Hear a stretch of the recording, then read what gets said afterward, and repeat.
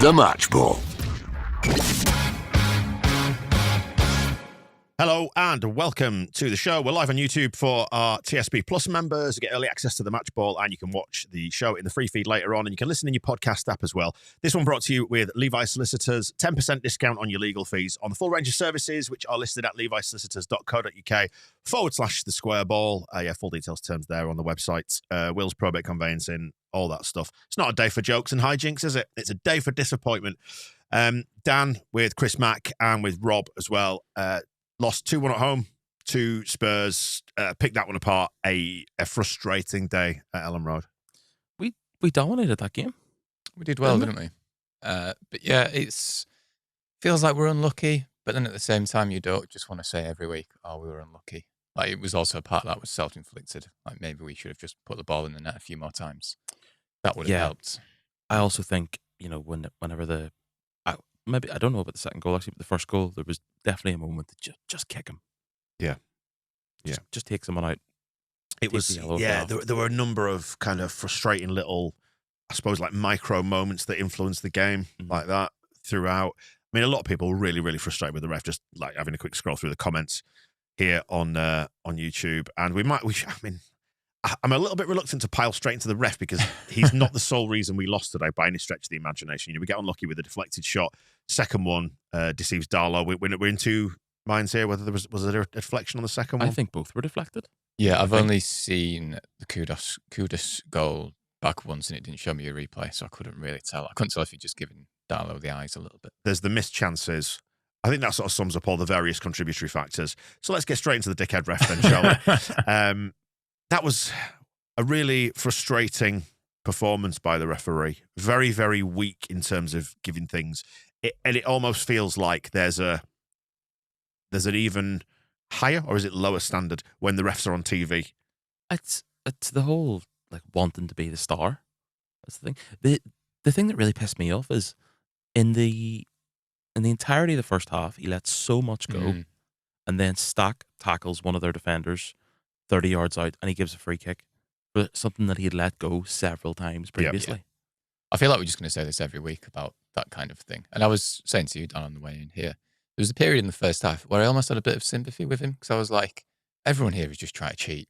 And, if you're not cheating, you're not trying, so whatever, fair enough, I guess. It's that thing of, like, the defender, the ailing flop, isn't it? Like, Goodmanson did it. Like, he was under a little bit of pressure in his own area, going back towards the byline, feels the hands in his lower back, down he goes. You want to see us get those? Of course you do. Exactly. And, and there's a lot of, like, rolling around as if people have broken legs and stuff. And I just thought, this is really annoying. But then in the second half, I must admit, I just thought about the ref, you're not helping this at all either. And then, like you said, Chris, it was really noticeable. There was 10 minutes in the first half where it was like a free-for-all, which was fun.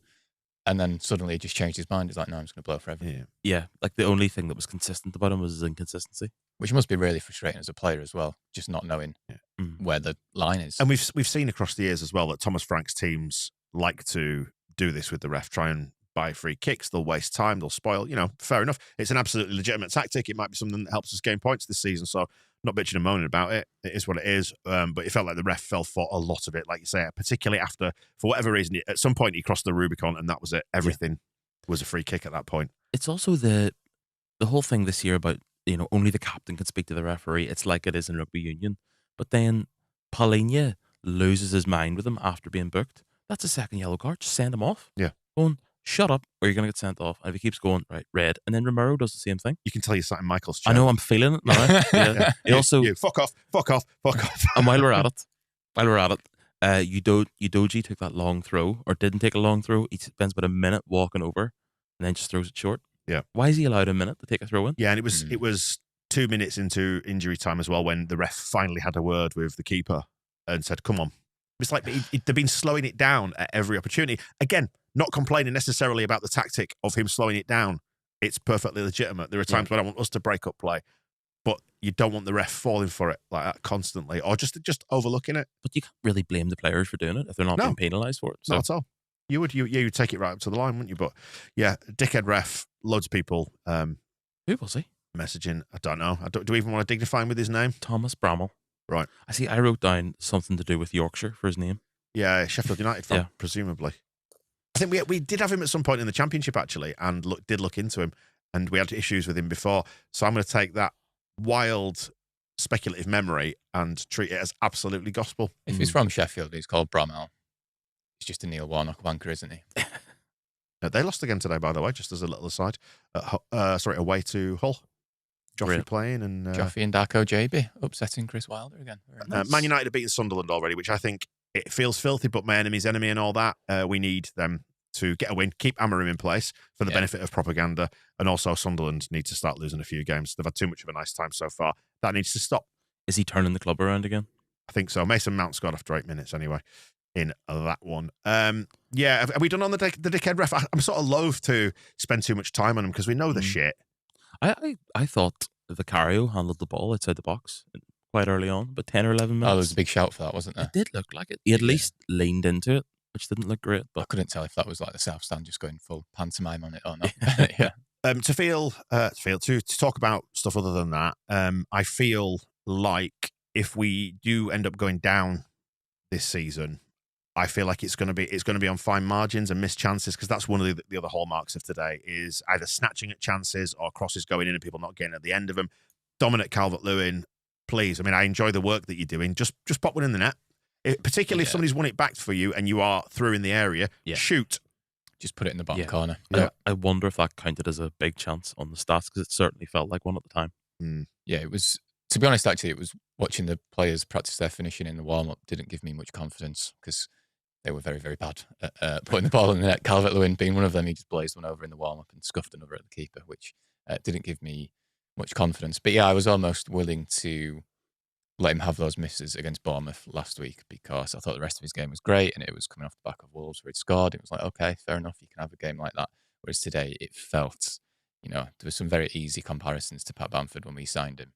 And it felt today that was like, I've seen this game. I've seen this striker's performance before. Particularly when he went in for that tackle in front of the away fans and came out of it hobbling for a little while afterwards. I thought, here we go. Right after his miss as well. And I thought, And that was one of those. It was one of those classic where both players kick the ball at the same time injuries, and it hurts because if you've ever done it, it does hurt the old leg. And I thought, oh no, here we go. Like the Rodon header against the post as well early on. I forgot about that. Pretty agonising. We had quite a few good chances. And Perry was at the end as well. Yeah, I mean, that was just unlucky, I suppose. I suppose he forced a save at least. But that was like the first time we'd made all these quite strange substitutions, put a load of strikers on. It was the first time we'd actually just like put a ball up to Calvert-Lewin for him to win a knockdown to Pirro. It's like, why haven't we been doing this for 10 minutes? Let's talk about the substitutions, because one of the things I felt watching that was that they didn't really work. Because we obviously played the game in the way that we do, with the full-backs pushing on and supporting the wingers. And we'll talk about Okafor as well, because I thought he was really good today. But when the changes started happening, we went to it was a kind of a 3 at the back at times, depending on whether we had the ball or not. I thought it was meant to be a 3-4-1-2, but it didn't really look like it. Because Harrison was on the left, wasn't he? And then Bogle was on the right. But then Stroud did just seem to be playing left back. And then centre forward very briefly. I think he was. Bogle just had no one in front of him. Was Strauch sort of on the left-hand side of the 3 and then just started pushing up a little bit? So maybe he was almost doing a little bit of a Firpo, kind of drifting up towards the number 10 role. And I was thinking Jack O'Connell for Sheffield United back in 2019. but he's useful if you're going to... And I think the reason why the subs didn't work is that if you're going to do that and go narrower, so instead of having 2 options on each wing, we went down to 1. And it felt like we then started knocking the ball around in midfield, which often happened to be in front of them. And we lost a little bit of cutting edge when we did that, because we didn't have the overlaps out wide. So if you're going to do that and you're going to rely on just a single man out wide and bring on or have 3 attackers on the pitch, just stick the ball in the box. Yeah. Just send it up to them. And we started doing it later on as we got more desperate.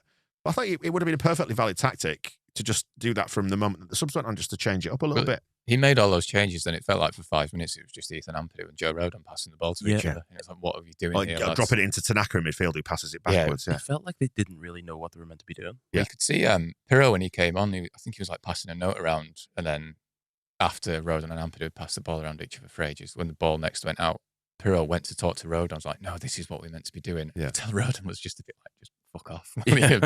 Chap sat near me, he said it doesn't look like they've practiced this, which is a little bit how it felt. It felt a little bit shapeless. I hate it when Farke throws on all the attackers. I feel like it very, very rarely works. But I have a little bit of sympathy in this case because we didn't have another winger to bring on. Yeah. Well, yeah. But I do wonder though as well, because when we signed Mecha, that was like, he can play anywhere across the front line. He can play as like an inside forward as well. Could we not have just stuck him on the right wing maybe, or stuck him on the left? It just felt Like there was Bogle on that right hand side and nobody else. And that meant we'd lost the attacking threat of Bogle as well because he had no help. Yeah, yeah. I didn't really understand why Justin came on when he did. Was it did Bogle come off? Maybe he Bogle was come tired, I or wonder if he was just There's only like 6 minutes left. yeah. Do you know what I mean? I don't think that's why we didn't win the game. When we were chasing the game, I did wonder, would it have been worth maybe bringing Justin on and pushing Bogle further forward to give us more wing threat when he replaced Aronson? Because that's what we were saying whenever offer about, all the stuff about Ramazani. If you would even if he was there, you probably would have brought Justin on. But I thought maybe having Justin and Bogle on the same side, like you had with Schmidt last year at times, might have made more sense. But who knows? We just got worse as that second half went on, and it felt a little bit like we did fall for Spurs' shithousing as well, and got a bit frustrated with it all, and kind of lost our heads, which was annoying because there was a lot of stuff to like in that performance again. But it's a really weird one to work out as well because I feel like pretty much every player did good stuff, but then they also did bad stuff. Yeah. And I can't really work out if a lot of them played well or played badly. That's a bit what the Premier League's like, though. Some good stuff happens and you have chances, but then the other team also do some good stuff and occasionally have chances as well. And I thought Spurs were... Dom, by the way, just saying that Bogle was cramping up. Right, Thank you, Dom. I thought Spurs looked really dangerous on the break, and they did that thing where they would pass it around, let's say, on the right-hand side, and then quickly shift it across via the back four to the left-hand side and start getting men over and bombing up on the wings. I thought that's when they were catching us, perhaps when we were a little bit further upfield or whatever. They look really dangerous, like in transition like that. Yeah, there's lots of very expensive and talented attacking footballers. What's going to happen? Lots of quick footballers as well. It scared me a little bit. They'll never catch on. Yeah, Dan's made a good point here, actually, saying the Farker Vibe subs are annoying purely because we don't have the right options on the bench for it to feel cohesive. Yeah. I think that's a fair assessment. Yeah. I don't really think there's... It's kind of hard to criticize anyone. Sometimes you just lose, don't you? Yeah, and I think today was all like a little bit of a blur in a sense because they just scored 2 goals that it's quite difficult unless you sit and watch it back to say, you should have done this, you should have done that. And then whenever it deflects, you're just...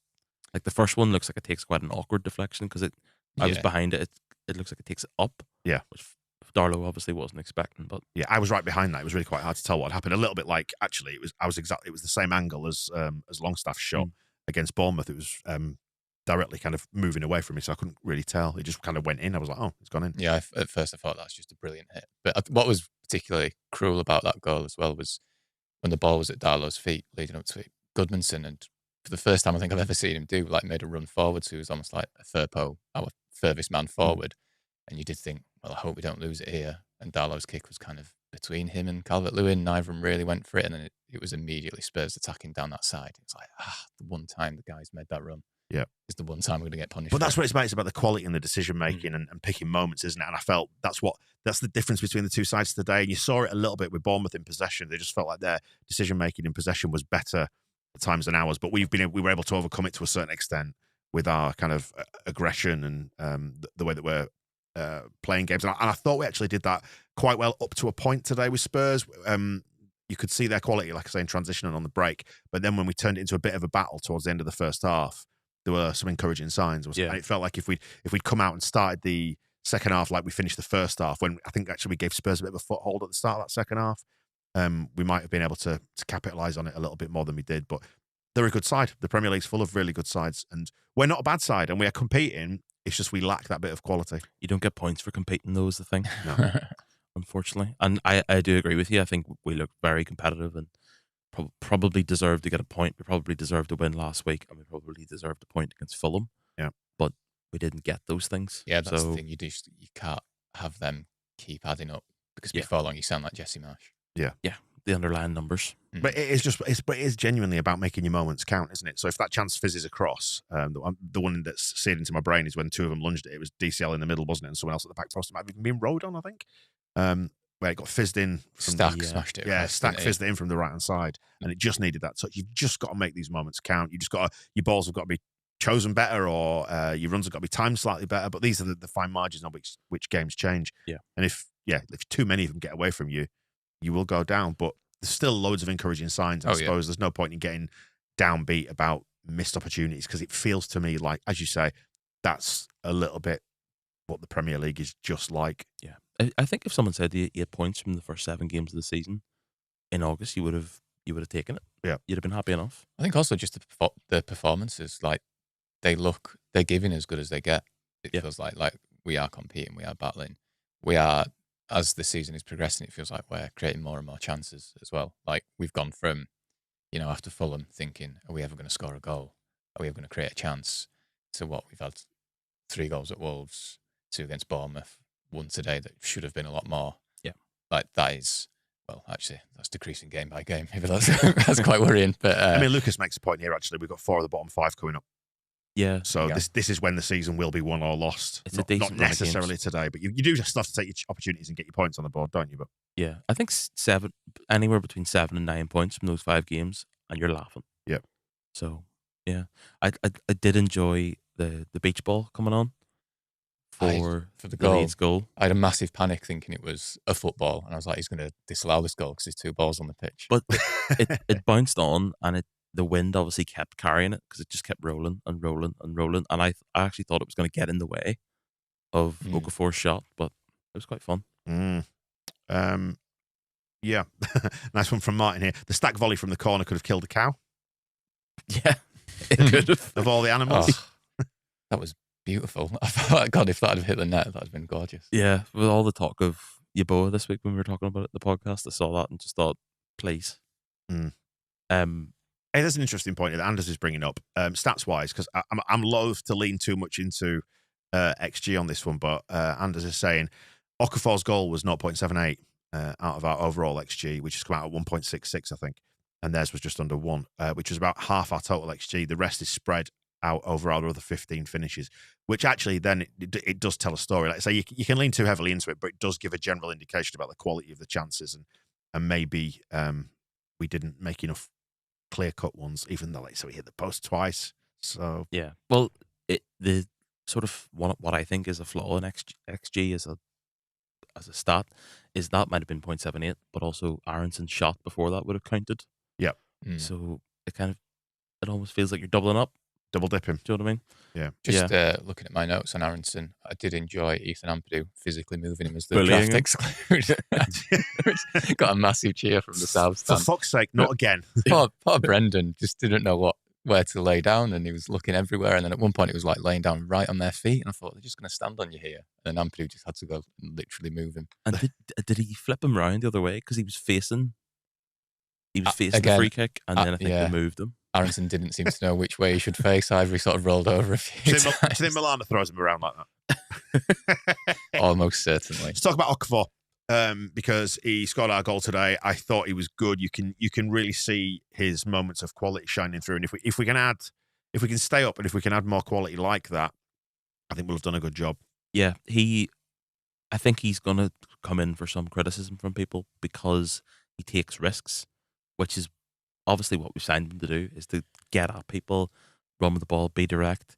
He must be a nightmare to defend against because he's big, he's quick, and he's technical. So there's not really a weakness from a dribbling point. But I thought he looked quite good again today. He made a couple of mistakes, but you're going to if you're taking so many risks. And he gets the crowd on their feet, which is important because it sort of feels like it shifts momentum sometimes. Albeit he is so tricky, he sometimes tricks himself. There's a couple of moments today where he did skill and that sort of beat himself and he just went out for a goal kick. I know people kind of getting a bit annoyed at the phrase that we were using like last week, like difference maker, but he is a match winner. He is a different. He does make things happen. And as we're saying, like in the Premier League, it feels like those are the moments that turn games. You need somebody who can unlock a defence. It even goes back to what Allardyce was saying about the lack of any superstars in the Leeds squad when we went down last time. Lots of fairly workmanlike players, but no actual game winners. And in Okafor, have we got one? I think we're starting to see a bit more of him. Is that 2 goals now already? Yeah. Is he your top scorer? Yes, I imagine so. Amazing. It's a high standard. Let's have a look at the. I was going to say the goals for and against. Where are we now?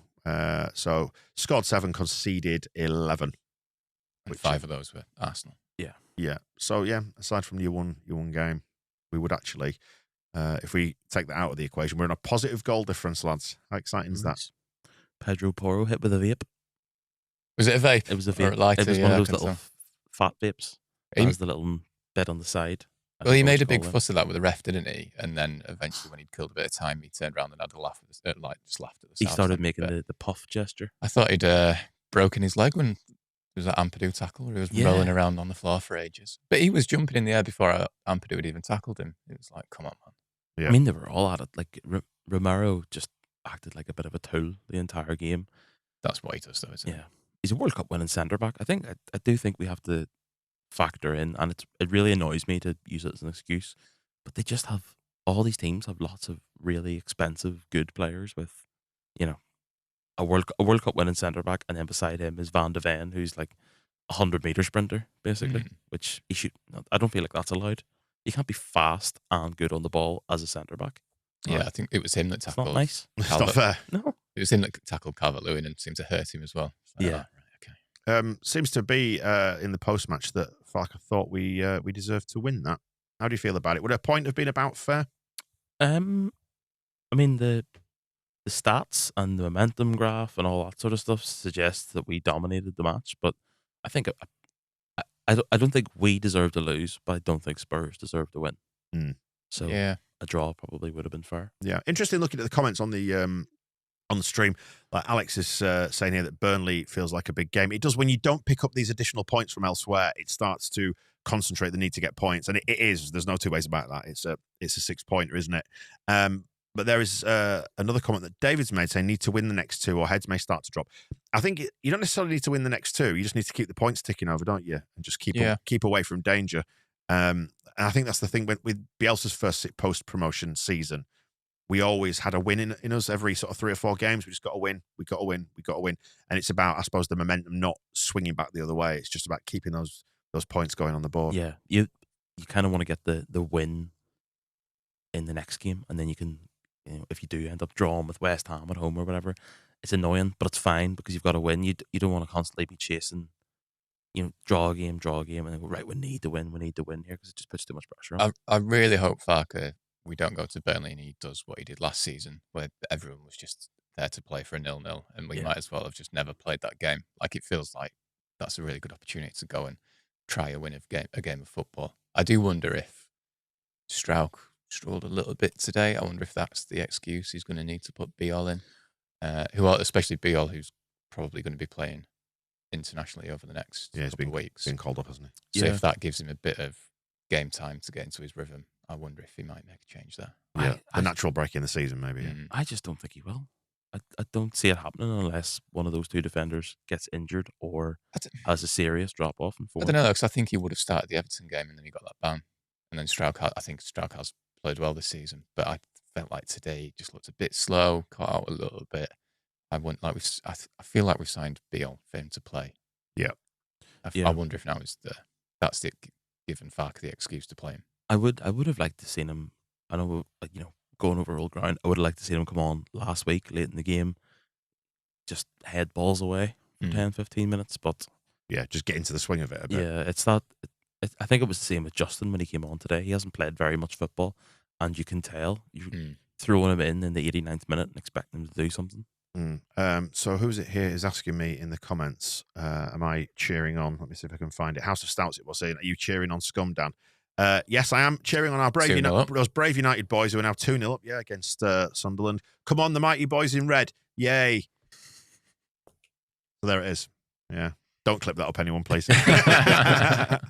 Sesko scored the second one after half an hour. That feels like what a player. What a player. It's only going one way, which is good news. I think that you can take comfort out of that. It's, as Michael said on shows recently, and I think we discussed with Tony DeRigo, was it the show on Thursday? Won this week anyway. Teams at the bottom lose games in this division, and you can afford to lose as long as everybody around you loses. So yeah, we have to cheer them on, don't we? It's about staying up and holding your nose sometimes, I think, in this division. It was kind of like whenever we came up last time and everyone was getting worried about Fulham, who were like 9 points behind us. And you're going, they're at the bottom. Yeah. It's not like when you're chasing promotion and that a team who's 9 points behind you can catch up with you because the wins start racking up. They're only going to win like another 2 or 3 games out of their final 10. So, yeah, I'm quite positive after that. It's annoying. It's annoying to lose, obviously, but I still feel I'm the same. We're being competitive. But if I'm still saying in 3 weeks' time we're being competitive after not beating Burnley or West Ham, it's all with the caveat. I was going to say it's with the caveat of it's a different conversation of taking those points. Yeah. Yeah. So we need to start taking some points. Any other particular talking points from today generally? Why has Sean Longstaff not been taking corners all season? He's loads better than Stacker. He's got nice variety to them as well, doesn't he? Yeah. Some of them are floated. Yeah. I thought Stack didn't have a great game. No. He's a weird one to work out. But yeah, I didn't think he was that great against Bournemouth. But then again, it's the same thing with the whole team. There was parts of the midfield where I was like, are we getting overrun here? Are they getting caught out? And then there's a minute later, they'd be snapping at the tackles and passing it. Well, it's like, I can't work this out, whether you're playing well or badly. And we've seen that a little bit from Ampadu. There have been times in the last few games when you think you're just dwelling on the ball just that little bit too long. And he played Darlow into trouble, didn't he? Yeah, against Bournemouth. We did it again today. There was a really weird back pass. There were a couple of back passes that came from him, and he almost seems to hit them into the general area without looking. And all it takes is a wily striker or someone to be quick and just nick it off the toes of somebody. Thankfully, we got away with it, and it was probably, in terms of the percentages, just enough that he had enough confidence to be able to do that. But yeah, he's getting caught just on the odd occasion. But then you say there are other times when he's piling into massive tackles in the middle, and it's the same with Stack. Stack would win the ball back and then do, or the ref when the ref didn't blow, and then do a nice little 1-2 interchange through midfield. And you're like, yeah, you've got such quality there. But maybe it's just a case of just getting up to speed with the division, and there's still only half a dozen, 7 games, is it, whatever that they've. And he started all 7 games, hasn't he? And he's, he covers so much distance. Yeah. There is a possibility that he just needs doesn't need to start every single game. Maybe Tanaka starts at Burnley, Stack starts against West Ham. Situational. I don't know. Tanaka looked better when he came on today as well. Yeah. And just seeing him play in central midfield was nice. So I think a big thing with Stack against Bournemouth was like he just looked knackered towards the end of the game. But then we had Tanaka having to come on the right wing, and I was quite pleased to see Barker change Stack for Tanaka today, because I was worried that he was just always going to keep Stack on because he's tall.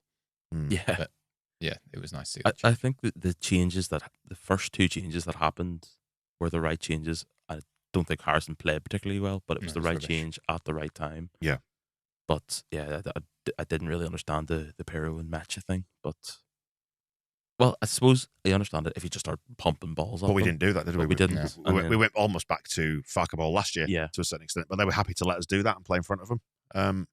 Kevin makes a good point here in the comments. Lads, remember we played 2 top 4 sides in the last week. It's a good point. Yeah, 100%. Well, after last night, our Bournemouth result last week looks loads better, with them taking form apart at the end and they're second in the league or something.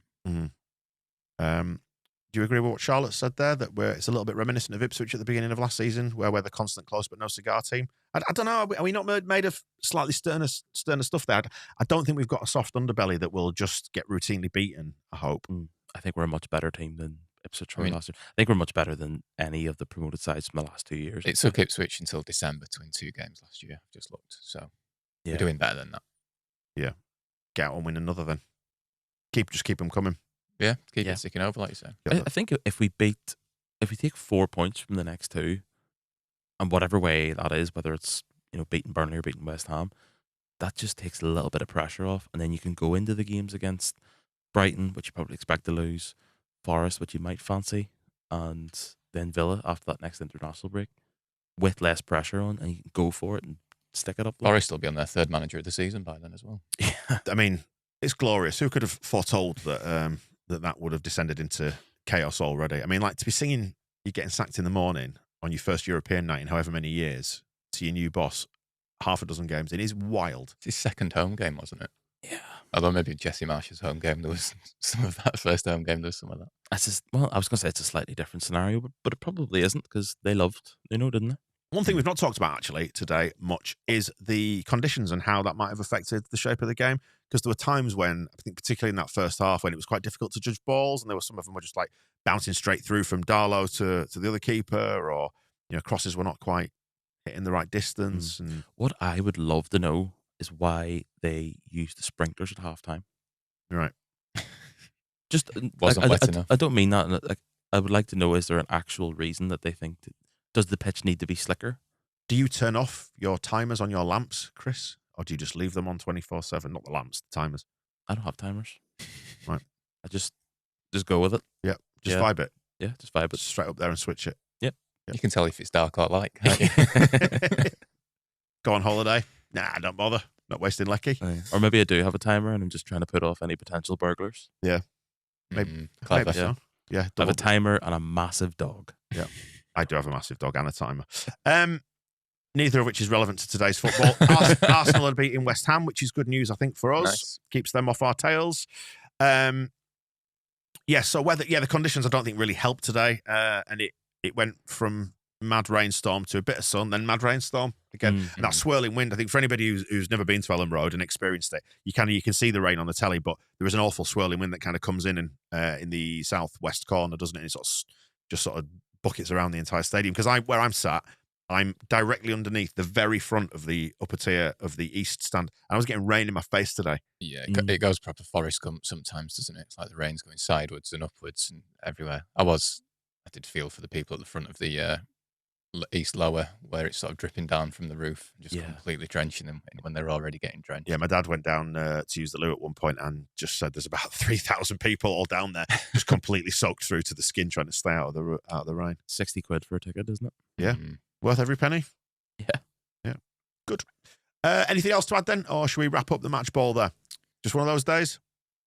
Just one of those days. I've seen Leeds play much, much worse. So I feel like there's going to be quite a few of those days this season. Yeah. And you just have to get on with it and hope that you get the next one.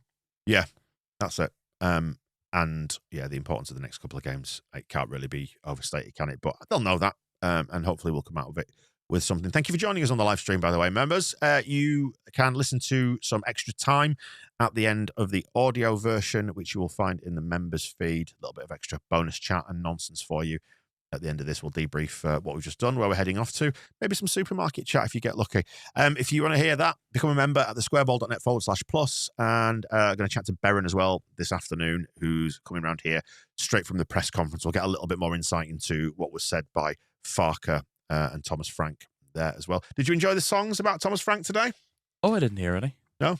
Oh, it's him, the crocodile, isn't he? Very much a crocodile. We'll see you soon. The Match Ball.